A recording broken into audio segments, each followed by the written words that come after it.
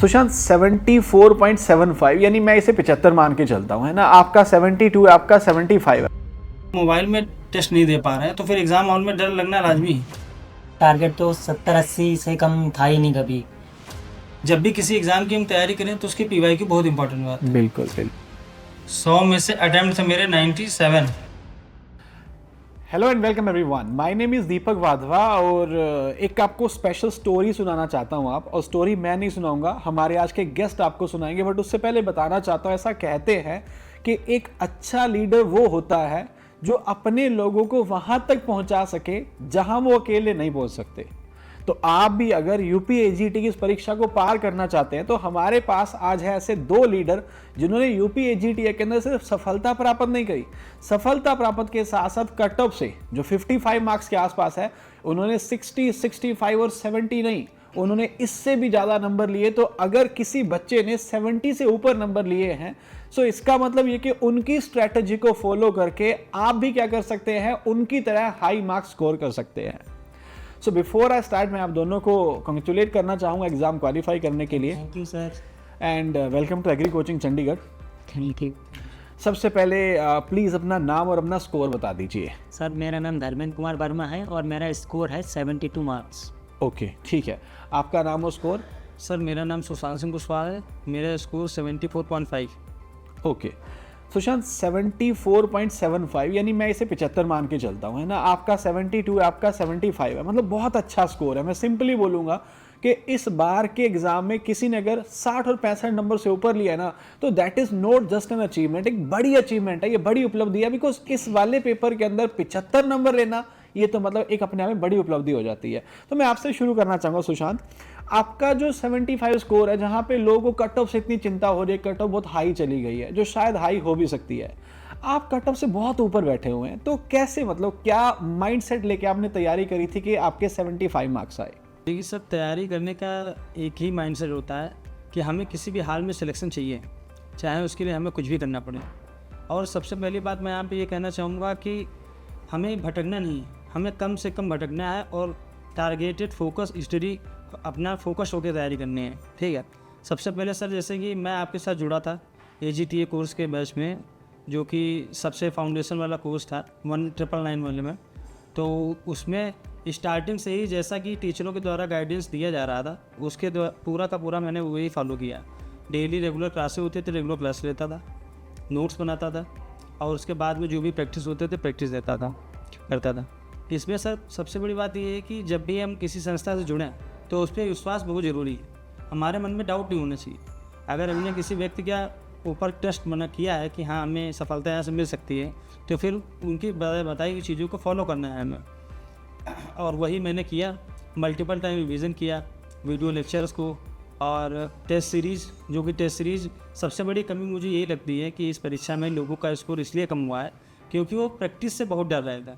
मैंने खुद देखा है कि सर आपने इतने सारे कोर्स, इतने सारे टेस्ट प्रोवाइड किए थे बैच में, तो बहुत कम ही लोग थे जो टेस्ट देते थे। पूरे टेस्ट देते भी थे तो उसको छोड़ देते थे स्कोर चेक करके, उसका एनालिसिस नहीं करते थे कि उसमें सही क्या है, गलती क्या है, चारों ऑप्शन जैसे आप बताया करते थे। That's true.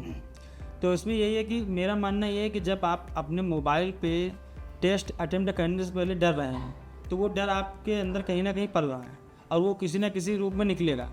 तो मेरा मानना ये है कि अगर आप मोबाइल में टेस्ट नहीं दे पा रहे हैं तो फिर एग्ज़ाम हॉल में डर लगना लाजमी है। तो आप चाहे किसी भी सिचुएशन में हो, किसी भी कंडीशन में हो, अगर टेस्ट आ रहा है तो आपको डेली टेस्ट ज़रूर देना है। कुछ लोगों का ये होता है कि मैं रिवीजन करके टेस्ट दूंगा, या मेरी अभी तैयारी पूरी नहीं हुई है, या अभी मैं और पढ़ लूँ, ये सब्जेक्ट में ये छुटा हुआ है, तो तैयारी कभी भी पूरी नहीं होती। बिल्कुल बिल्कुल। तो मैं बस ये कहना चाहूँगा, टेस्ट और प्रैक्टिस बराबर जारी रखिए और बिल्कुल सिलेक्शन होगा इस पर। ओके तो सुशांत, रेगुलर आपने क्लासेस ली, टेस्ट दिया, एनालिसिस किया और माइंडसेट को बड़ा रखा कि कट ऑफ की बात ही नहीं करनी है, 75-80 नंबर का टारगेट लेके चले, वो आपने अचीव किया। धर्मेंद्र, आपसे पूछना चाहूँगा, 72 मार्क्स आपने लिए, जो अगेन अपने आप में एक बड़ी उपलब्धि है। क्या माइंडसेट था शुरू से और कैसे आपने तैयारी करी? सर मेरा माइंडसेट था कि मुझको शुरू से ही हाईएस्ट मार्क्स अचीव करने थे, तो मेरा टारगेट तो 70-80 से कम था ही नहीं कभी। तो हमने रेगुलर क्लासेस की और पढ़ाई की, बुक्स भी पढ़ी, सब कुछ किया और हमने मॉक टेस्ट भी दिए और उनका एनालिसिस भी किया। कि कुछ लोग क्या करते हैं, मॉक टेस्ट तो देते रहते हैं और उसका एनालिसिस नहीं करते। तो मैंने तो एनालिसिस किया उसको, एक कॉपी में उसको नोट भी किया, जो क्वेश्चन नहीं आ रहे तो उसको लिखा, और जो मैं स्किप कर रहा था उसको भी लिखा, और बाद में उसको फिर रिवीजन किया। इससे फिर अच्छा स्कोर होने लगा और फिर अच्छे मार्क्स आने लगे फिर। ओके आप दोनों ने कॉमन बात बोली, क्लासेस ये वो एंड ऑल, बट आपने कॉमन बात ये बोली कि आप दोनों ने टेस्ट दिया और उसका एनालिसिस किया। आज जब ये वीडियो को यूपीएजीटी के एस्पिरेंट देख रहे हैं तो आज एग्ज़ाम में 30 से 35 दिन बचे हुए हैं। शुरुआत की कहानी अलग होती है, बट लास्ट के 30 से 35 दिनों में क्या लगता है आपको सबसे ज़्यादा इंपॉर्टेंट क्या है, क्लास, नोट्स और टेस्ट? टेस्ट सबसे ज़्यादा इम्पोर्टेंट है। आप क्या कहते हैं? जी सर, जो जितना पढ़ लिया है उसका रिवीजन और मॉक टेस्ट साथ ही साथ ये दोनों करते रहने। दैट्स राइट, मतलब क्लासेस थोड़ा कम करके और फोकस ज़्यादा नोट्स पे। अच्छा एक छोटा सा क्वेश्चन और पूछना चाहता हूँ। मैंने हमेशा देखा ना, पहले एक समय था जब लोग किताबों से पढ़ते थे, फिर एक टाइम आया जब कोचिंग वालों के नोट्स बहुत फेमस हो गए। हर कोचिंग किसी भी एग्जाम की बात कर लो, आजकल बच्चा कोचिंग के नोट्स भी नहीं पढ़ना चाहता, वो शॉर्ट नोट्स पढ़ना चाहता है, वो क्लास नहीं लेना चाहता, वो मैराथन क्लास लेना चाहता है, वो 1 साल पढ़ाई नहीं करना चाहता, वो 3 महीने करना चाहता है। तो आप जिस लेवल पे है ना, आपको सब समझदारी है, तो आपको क्या लगता है कि मैं अगर मान लो यूपीएजीटी की तैयारी कर रहा हूँ, 3 महीने तैयारी करना चाहता हूँ, शॉर्ट नोट्स पढ़ना चाहता हूँ, टेस्ट ज़्यादा नहीं दूंगा, एनालिसिस नहीं करूँगा, क्या इससे मेरा सिलेक्शन संभव है? जी नहीं, मतलब हमको रेगुलर तो तैयारी करनी पड़ेगी। हमको ऐसा नहीं कि शॉर्ट नोट्स मिल जाए तो हमारा सिलेक्शन हो जाएगा, ऐसा तो नहीं हो पाएगा। तो इसके लिए हमें प्रॉपर टाइम देना पड़ता है उसके लिए, और प्रॉपर स्ट्रेटजी फॉलो करनी पड़ती है। सोर्स अगर पढ़ने की बात करूँ तो किस तरह का सोर्स फॉलो करना चाहिए? सोर्स में यही है कि सर एग्रीकल्चर की अगर हम बात करें तो एग्रीकल्चर में तो जो आपका कंटेंट है वो सेल्फ सफिशिएंट है, उसी को लोग पूरा नहीं कर पाते हैं। मेरा भी पूरा नहीं हो पाया था, पर आपने 75 मार्क्स लिए यार। इतना रिविजन करने के बाद भी कंटेंट काफ़ी अच्छा है, हर चीज़ें याद भी नहीं रहती हैं, कुछ चीज़ें छूट भी जाती हैं। तो एग्रीकल्चर में तो आपका जो कोचिंग का था वो इसी से मैंने पढ़ा था, और इसके साथ ही साथ जब भी किसी एग्ज़ाम की हम तैयारी करें तो उसकी PYQ बहुत इंपॉर्टेंट बात है। बिल्कुल बिल्कुल। तो अगर एग्रीकल्चर की हम बात करें तो एग्रीकल्चर के PYQ जो भी हैं वो भी हमें साथ ही साथ में देखने हैं। इसके साथ ही साथ जैसे यूपी स्पेशल है, यूपी स्पेशल में हम जो स्टैंडर्ड बुक आती हैं उनका भी रेफरेंस ले सकते हैं पढ़ाई के लिए, और जो बैक ईयर पेपर हैं, और जैसा कि ट्रेंड अभी बदला है यूपी SSSC का, तो इसके जो पुराने जितने भी एग्ज़ाम हुए हैं उनका भी प्रॉपर एनालिसिस होना चाहिए। तो उस समय तो आपने ये हम लोग को प्रोवाइड कराया हुआ था, कंप्यूटर का भी और यूपी स्पेशल का भी, सारे टॉपिक वाइज और बहुत अच्छे से प्रोवाइड किया हुआ था। तो उससे बहुत हेल्प मिलती है, क्या हमें पढ़ना है, क्या हमें नहीं पढ़ना है, किस पे हमें टाइम देना है। तो ये सारी की सारी जानकारी प्रीवियस ईयर को सॉल्व करने से बहुत अच्छे से समझ में आ जाती है। तो प्रीवियस ईयर पे आप ज़रूर ध्यान देना है। अच्छा सुशांत, मैं एक बात पूछना चाहूँगा कि आपने 75 मार्क्स लिए, तो बहुत लोग ऐसे हो गए यार 75 आए हैं कि नहीं आए हैं, OMR। क्या मैं आपकी सिर्फ OMR के जो गोले आपने काले करे वो स्क्रीन पे दिखा सकता हूँ? दिखा सकते हैं, बिल्कुल। ओके, तो फिर एक क्वेश्चन पूछना चाहूँगा, 65 क्वेश्चन जो एग्रीकल्चर के थे उसमें से आपने कितने सही किए? 65 क्वेश्चन में से आफ्टर निगेटिव मार्किंग जो पूरा मेरा स्कोर रहा था एग्रीकल्चर में वो 50.5 ऐसे था। 50 पॉइंट मतलब 50 कह देते हैं मोटा मोटा, ठीक है। और टोटल आपका जो अटेम्प्ट था 100 में से वो कितने किया आपने? 100 में से अटेम्प्ट था मेरे 97। तो ये 3 प्रश्न कौन से थे जहां आपको ऐसा लगा कि ये छोड़ देने, जब 97 तक पहुंच गए थे आप? नहीं देखिए सर, जिस एग्ज़ाम में हम लोग बैठ रहे हैं, ये एग्ज़ाम यूपी SSSC का 1/4 इसमें निगेटिव मार्किंग है। तो 1/4 निगेटिव मार्किंग में, इससे पहले मैंने काफ़ी सारे पेपर दिए हैं यूपी SSSC के लगातार, तो मैं जानता हूँ कि इसमें निगेटिव होने के चांसेस काफ़ी कम है अगर सही से किया जाए तो अगर जिसमें मुझे लग रहा था कि इसका ये आंसर हो सकता है इस क्वेश्चन का, तो मैंने अटेम्प्ट किया तो और वो सही भी हुए। तो इस वजह से मैंने जो है अटेम्प्ट किया, और जो 3 क्वेश्चन छोड़े हैं उसमें मुझे कुछ नहीं पता था, तो उसमें मुझे इसीलिए मैंने वो छोड़ा। अंधे तो कभी नहीं मानना है। अच्छा, आपकी बात से कहीं एक नेगेटिव मैसेज ना चला जाए। नेगेटिव मैसेज ये कि सब लोग तुक्के मारने शुरू कर दें। तुक्का नहीं मारना, तुक्के का बेस भी होना चाहिए। सुशांत, अच्छा खासा स्कोर है आपका। क्या इससे पहले कोई और एग्ज़ाम दिया और कोई और एग्ज़ाम क्वालिफाई भी किया आपने? जी, मैंने इससे पहले मैंने बिहार BEO का BHO का एग्ज़ाम दिया है, जिसमें कि मैं इंटरव्यू तक पहुंचा, लेकिन फाइनली कुछ नंबरों की वजह से मेरा सिलेक्शन नहीं हुआ। इसके बाद मैंने NSC का एग्ज़ाम भी पास किया, और अभी वर्तमान में AGTA में सेलेक्टेड हूँ सर। ओके, ठीक है। एंड धर्मेंद्र, आपसे पूछते हैं, आप 72 मार्क्स की आपने बात करी कि 72 आपका शुरू से लेके एंड तक जो टाइम आपने दिया स्टडी को, कितने टाइम के लिए GTE के लिए आपने तैयारी की थी, और क्या इससे पहले कोई और एग्ज़ाम दिया था आपने? जी सर, मैं उससे पहले मैं काफ़ी एग्ज़ाम दे चुका हूँ। इफ़को EFO भी मैं ट्राई कर चुका हूँ, पर उसमें नहीं हुआ था, लेकिन अब इधर हो गया है GTA में। अच्छा, तो जी, मैं जी, आप डेली मैं 12 से 13 घंटे पढ़ता था डेली कंसिस्टेंसी के साथ। क्या बात है। तो कंसिस्टेंसी बहुत ज़रूरी है इसमें। ओके, आपने एक अच्छी बात बोली, मुझे क्वेश्चन याद आया। आपने बोला कि आपका इफ़को GTE आपने ट्राई किया, कुछ और एग्ज़ाम भी, बट वहाँ पे सिलेक्शन नहीं हुआ। जी। तो जिस दिन रिजल्ट आता है, जब सिलेक्शन नहीं होता, फिर तो डेफिनेटली लगता ही है यार किस्मत ख़राब है, ये हो गया वो हो गया। पर क्या आप लोगों ने रियलाइज़ करा कि जो पिछले एग्ज़ाम आप क्वालिफाई नहीं कर पाए, लेकिन वो जो आपने पढ़ा था इस एग्ज़ाम के अंदर काम आया आपको? जी सर, बिल्कुल आया। आपको सुशांत ऐसा लगा? जी बिल्कुल आया। मैंने एग्रीकल्चर के अलावा और भी एग्ज़ामों की तैयारी की जिसमें मैंने GS काफ़ी पढ़ा है, और ये जो इसका पैटर्न UPSC का जो बदलता हुआ पैटर्न है, मैंने लेखपाल का पेपर दिया हुआ था 2022 फिर से। तो उसमें इन्होंने ग्रामीण परिवेश एक टॉपिक सब्जेक्ट था उसमें, जिसमें 25 क्वेश्चन आने था।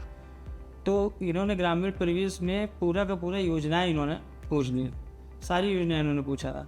तो फिर मेरे दिमाग में ऐसा चल रहा था कि जैसा हम टेस्ट दे रहे हैं, जैसे हम प्रैक्टिस एग्ज़ाम के लिए कर रहे हैं, हो सकता है कि पेपर वैसा ना बने, योजनाएं आ जाए या जो प्रोपोर्शन मेंटेन किया जा रहा है वो गड़बड़ हो जाए, जैसा कि UPSC ने दिया है।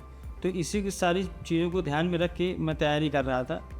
तो इसी वजह से मुझे जब मैं एग्ज़ाम हॉल में बैठा तो पेपर मुझे लेंथी लगा, लेकिन मैं इतना परेशान नहीं हुआ पेपर से, जैसे कि बाकी सब लोग बोल रहे हैं कि आउट ऑफ सिलेबस है या ऐसा है। तो आउट ऑफ सिलेबस तो कुछ चीज़ें हैं जो नहीं पढ़ी होंगी, हमने भी नहीं पढ़ी थी उसमें, लेकिन जो उनका पूछने का तरीका है वो थोड़ा अलग है। और जिस हिसाब से बच्चे हैं कि एक पैटर्न को फॉलो करने लग जाते हैं, कि उनकी पहले से थिंकिंग हो जाती है कि UPSC AGT है तो फिर वो सरल ही पूछेगा, वो बस इसी किताब से फंस जाएगा, या बस इसके लिए तो इतना ही पढ़ना है, अब ये थोड़ी ना पूछेगा एग्ज़ाम में। तो ऐसी थिंकिंग ये बहुत गलत है किसी भी एग्ज़ाम के लिए। पहले से दिमाग में ये सब चीज़ें नहीं आनी चाहिए। जैसे कि अभी एग्ज़ाम इसका रिजल्ट आया, उससे पहले कट ऑफ की चर्चा हो रही थी कि 45 नंबर जाएगा। अब कट ऑफ अभी आई है, फिर दोबारा कुछ लोग ऐसा दिखाने लगे हैं कि कट ऑफ 60 नंबर जाएगी, फिर ये दिक्कत पैदा होगी बाद में। तो आप लोग मैक्सिमम पर ट्राई करिए, जिससे सबसे ज़्यादा से ज़्यादा स्कोर हो सके, कि कट ऑफ की चिंता आपको ना करनी पड़े। मेरी यही एडवाइस है आप लोगों को। अच्छा, एक बात दोनों से पूछना चाहता हूँ, आप लोगों ने 72 और 75 नंबर लिए, मतलब आपके लिए पेपर उतना मुश्किल नहीं था, पर जब आपका पेपर हो रहा था 13 जुलाई 2025 को, मैं तो चंडीगढ़ में बैठा हुआ था, जैसे ही पेपर हुआ तो मेरे पास जो फीडबैक आया तो पता चला कि पेपर मुश्किल नहीं, बहुत ज़्यादा मुश्किल था, ऐसा बच्चों ने बोला। अब आपके मार्क्स जिस हिसाब से तो आपको शायद मुश्किल नहीं लगा होगा, तो क्या आपके साथ ऐसा हुआ कि एग्ज़ाम पेपर जब देखा तब आपको बहुत ज़्यादा मुश्किल लगा पेपर? पेपर जब पेपर सामने आया था, तो पेपर को जब मैंने पढ़ा और पेपर को जब 1-2 क्वेश्चन करना शुरू किया, तो मुश्किल क्या, उसका जो पूछने का तरीका था वो थोड़ा अलग था। वो थोड़ा PCS के हिसाब से पूछ रहा था, वो कि सवाल को घुमा रहा था या लेंदी बना रहा था या पढ़ने में टाइम ज़्यादा लग रहा था। बहुत सारे दोस्त हैं मेरे जिनसे एग्ज़ाम के बाद में मेरी बात हुई, तो वो लोग ज़्यादा क्वेश्चन ही नहीं अटेम्प्ट कर पाए, एग्रीकल्चर ही कर पाया, UPG कंप्यूटर उनसे छूट गया। और इसमें मैं एक चीज़ और ऐड करना चाहूँगा कि एक एडवाइस मेरी, जो भी इस नए जो TA की वैकेंसी आ रही है इसके लिए जो अपीयर हो रहा है, तो देखिए सबसे ज़्यादा ज़रूरी होता है कि एग्ज़ामिनेशन का जो दिन है वो बहुत इंपॉर्टेंट होता है। तो इससे पहले भी जब मैं बिहार में पेपर देने गया था तो मेरे साथ ये हुआ था कि मैं प्रॉपर तैयारी से नहीं गया था। मैं गया, मैंने कहा पेपर दे दूँगा, चलाऊँगा, रात में निकला, सवेरे पेपर चलाऊँगा। ये बहुत गलत थिंकिंग है। जिस एग्ज़ाम के लिए पिछले 1.5 साल से आपने तैयारी की है, उस एग्ज़ाम के लिए आप एक दिन पहले सेंटर पे जाइए, जो भी आपका एग्ज़ाम सेंटर है उस पर एक दिन पहले जाइए, और उसके नेक्स्ट दिन आराम से एकदम ठंडे दिमाग से आप पेपर दीजिए। इसका बहुत इफेक्ट पड़ता है, क्योंकि ज़्यादातर लोग जो शाम को निकले और सुबह पेपर दे के और चले आए तो उनका पेपर ख़राब हुआ है। Thank you so much. Sushant ने ये अच्छी नहीं, मेरे हिसाब से बहुत अच्छी बात ऐड करी है, क्योंकि ये बात ना मैंने बहुत सारे एक्सपीरियंस से सुन चुका हूँ कि सर सेम डे पहुँचा था वहाँ पे, थोड़ा टायर्ड फील कर रहा था और अच्छे से परफॉर्म नहीं कर पाया, तो वीडियो रिकॉर्ड करने का पर्पस भी यही है कि आप लोगों के वीडियो काम आए, तो इस बात को पल्ले बांध दीजिएगा। पहले इन्होंने कहा कि टेस्ट और एनालिसिस, बिना एनालिसिस के टेस्ट किसी काम का नहीं है। अभी इन्होंने कहा कि जब एग्ज़ाम देने जा रहे हो तो एक दिन पहले वहाँ पे जाओ। माना थोड़ी पैसों की समस्या है, एडजस्टमेंट करनी पड़ती है, बट ये मत करना कि सेम डे पहुँच जाओ। अच्छा सुशांत, एक बात आप और भी बता रहे थे मुझे उस टाइम पे कि आप टेस्ट को जब अटेम्प्ट करते थे तो किस टाइम पे करते थे? क्या वो वही टाइम है रियल एग्ज़ाम हुआ आपका? एक और भी बात है कि जैसे हमें पता है कि हमारा एग्ज़ाम अगर 10 से 12 में होने वाला है, तो हमें जब उसकी प्रैक्टिस करनी है, हम कहीं भी अगर घर पे कर रहे हैं या लाइब्रेरी में कर रहे हैं, तो हमें उसी टाइम स्लॉट में ही प्रैक्टिस करनी है। जैसे कि आपने ऑफलाइन टेस्ट सीरीज़ उसमें हम लोग को प्रोवाइड करवाई थी, तो ऑफलाइन टेस्ट सीरीज़ को भी कायदे से करना है। जो MRCT है उसमें प्रॉपर रजिस्ट्रेशन नंबर अपना भरिए। रोल नंबर आपको नहीं पता, एडमिट कार्ड अगर नहीं आया तो मोबाइल नंबर यूज़ कर लीजिए, या आप अपना पिन कोड यूज़ कर लीजिए, वो भरिए। तो और जितने भी गोले हैं सारे गोले भर के अच्छे से, जैसे एग्जामिनेशन हॉल में बैठे हैं एकदम उसी को एक्सपीरियंस करके पेपर दीजिए, तो उससे आपकी प्रैक्टिस बहुत अच्छी हो जाएगी। ये काफ़ी इंपॉर्टेंट बात है जो सीखना चाहिए। धर्मेंद्र, आपसे पूछना चाहता हूँ, एग्ज़ाम टेम्परामेंट, मेरा एक्सपीरियंस ये कहता है कि आपकी पूरी प्रिपरेशन, चाहे वो 1 महीने की है या 1 साल की है, वो एक तरफ, और आप जब एग्ज़ाम के अंदर 2 घंटे जाके बैठ जाते हैं वो एक तरफ हो जाता है। तो एग्ज़ाम के अंदर नर्वसनेस होना तो सबको समझ आता है कि थोड़ी या ज़्यादा सबको होती है। एग्ज़ाम के अंदर आपने उस नर्वसनेस को हैंडल कैसे किया और कैसे ये मार्क्स से सिक्योर किया आपने? सर मैं अपनी एग्ज़ाम की तैयारी को लेकर काफ़ी कॉन्फिडेंट था मैं, तो मुझे उतना कुछ टेम्परामेंट वगैरह मुझे कुछ भी नहीं हुआ। मैं बस, मेरे पास पेपर आया, मैं उसको सॉल्व करता चला गया। मैंने तो उसको पहले पलट के भी नहीं देखा था पूरा, मैं बस एक तरफ से करता चला गया उसको बस। और कैसे अटेम्प्ट किया पेपर आपने? एक 1 हैंडेड अटेम्प्ट किया है, कोई राउंड लिया, क्या स्ट्रैटेजी थी? मैंने उसको शॉर्ट शिफ्ट में अटैम्प्ट किया था, जैसे कि 20 क्वेश्चन कर लिए, फिर उसके गोले भर लिए, नेक्स्ट 20 कर लिए, फिर उसके गोले भर लिए, ऐसे 5 शिफ्ट में पूरे 100 क्वेश्चन हो गए थे। इनके आपको टाइम की कमी पड़ी थी एग्ज़ाम में? टाइम की कमी भी नहीं पड़ी, मेरे टाइम से ही क्वेश्चन हो गए थे सारे। ओके, ठीक है। मैं आपसे लास्ट क्वेश्चन पूछूंगा। जो इस टाइम पे AGT की तैयारी कर रहा है, उसके पास अब मोटा मोटा मानिए 30 दिन है। इस 30 दिन के अंदर उसे क्या करना चाहिए? अब इन दिनों में तुम जितना पढ़ चुके हो उतना काफ़ी है वैसे तो अब लेकिन अब थोड़ा रिवीजन कर लो और मॉक टेस्ट देते रहो और एनालिसिस करते रहो प्रॉपर। और एक चीज़ मैं और बोलना चाहूँगा कि जैसे जब भी हम तैयारी के फेज़ में हैं, तो हमें जो भी हम जब तैयारी करते हैं, पढ़ते हैं, तो हमें पता होता है कि सामने वाला लड़का कैसा पढ़ रहा है, या ये अच्छा बच्चा पढ़ने में या ऐसा बच्चा पढ़ने में, तो ऐसे लोगों से टच में रहिए।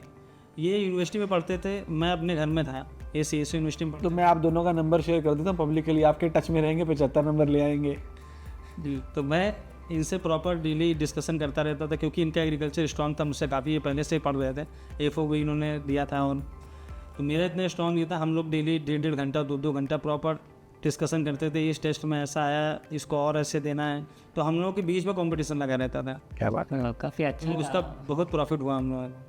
तो ऐसा नहीं है कि कोई अच्छा बच्चा पढ़ने में है तो आपके पास में है तभी उससे प्रॉफिट मिल सकता है।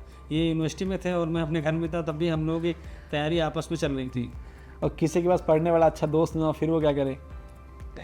तो निगेटिव लोगों से लेकिन दूर रहे वो। अगर अच्छा दोस्त नहीं है कोई बात नहीं, लेकिन निगेटिव लोग अगर आपकी लाइफ में हैं, अगर आपको लग रहा है कि मुझे इस कोई भी ऐसा व्यक्ति है जो आपको लग रहा है कि हाँ निगेटिव पर्सन है, जब भी मैं इससे बात करता हूँ या इसके पास जाता हूँ या वो मेरा दिमाग डाइवर्ट कर देता है, तो उससे दूरी बना लीजिए, आप ऑटोमेटिक पॉजिटिव होते जाएंगे। अगर आपके पास कोई पॉजिटिव दोस्त नहीं है तो निगेटिव से दूर रहिए बस। Okay, thank you so much. एक छोटी सी बात मैं आपको बताना चाहूँगा, पॉजिटिविटी और नेगेटिविटी, एक होता है लाइफ में मोटिवेशन, एक होता है डिसिप्लिन। जिसको सिलेक्शन लेना वो डिसिप्लिन रहेगा।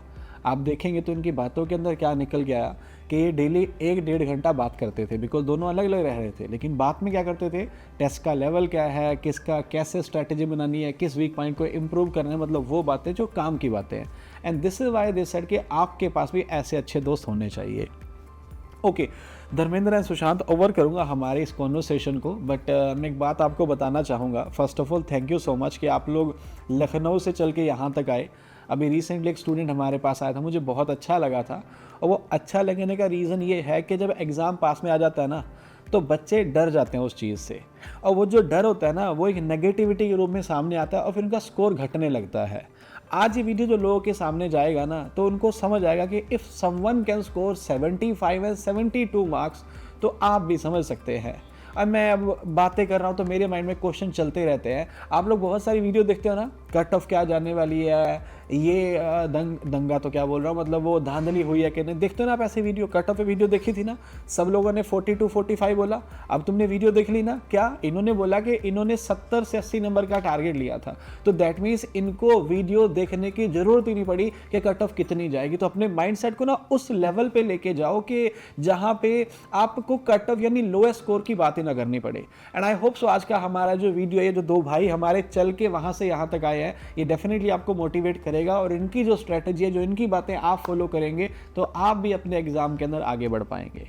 सो Dharmendra and Sushant, thank you so much, thank you so much for joining us. And बहुत अच्छा लगा आप यहाँ पहुँचे। और ये जो 20 मिनट का रिकॉर्डिंग था ना, ये हो सकता है कि जस्ट पॉडकास्ट ही आपको लग रहा हो, बट ये बहुत सारे लोगों को हेल्प करने वाला है, क्योंकि आप तक शायद कमेंट्स 15 से 20 पहुंचेंगे जो इस वीडियो के नीचे आएंगे, बट मेरे पास बहुत सारे मैसेज आ जाते हैं बाद में कि सर मैंने वो वीडियो देखा था उनका और फिर मुझे मोटिवेशन मिला। सो सब लोगों की तरफ से thank you so much. And I hope so कि जैसे आप लोगों ने अभी 75 और 72 स्कोर लिया, so we wish you all the best कि आगे भी ऐसे बढ़ते रहिए और नई मंजिल को अचीव करते रहिए। Thank you sir, thank you sir, thank you so much.